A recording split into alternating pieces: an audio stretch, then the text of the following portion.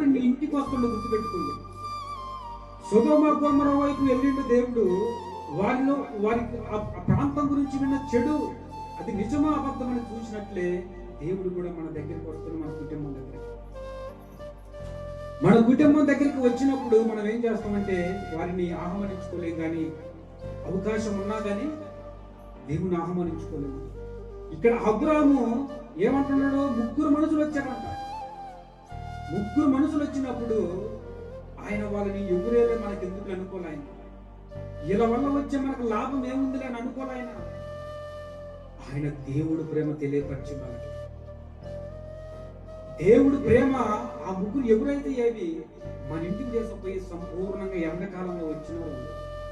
ఎండకు వచ్చారు కనుక వచ్చి వారికి సంపూర్ణంగా వారికి కావాల్సిన మర్యాదలు చేసి పంపిద్దామని వాళ్ళని ఆహ్వానించుకున్నప్పుడు ఆహ్వానించుకోవటమే కాదు, దేవుడు పెట్టారా 3 మానికల పిండి తెచ్చంట. దాన్ని 3 మానికల పిండితోటి ఏం చేసిందంట?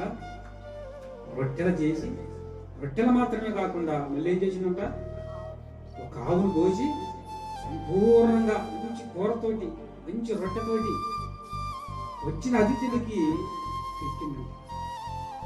అంటే అర్థమైంది, దేవుడు నీ వైపుకి వస్తున్నా కానీ నువ్వు చూడలేని పరిస్థితి అబ్రహాం గమనించాడు. ఎవరైతే నా ప్రేమ, దేవుడు నాకు ఇచ్చిన ప్రేమ నేను సంపూర్ణంగా చేయాలని చేసింది.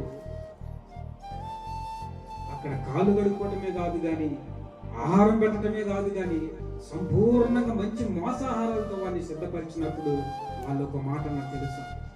ఇదిగో మీకు ఒక లోపం ఉన్నది. ఏముందంటే ఒక లోపం? ఆస్తి లోపమా? చెప్పాలి గట్టిగా. పిల్లల లోపం వాళ్ళకు ఉంది. దేవుడికి తెలియదు ఆ విషయం. పిల్లల లోపం ఉన్న విషయం దేవుడికి మాత్రమే తెలుసు, మనుషులకు తెలియదు. ఈ పిల్లల లోపం ఉన్నది కనుక దేవుడు సంపూర్ణంగా ఆ 3 మనుషుల ఇంటికి రాగానే ఆయన ఆహ్వానించుకున్నాడు.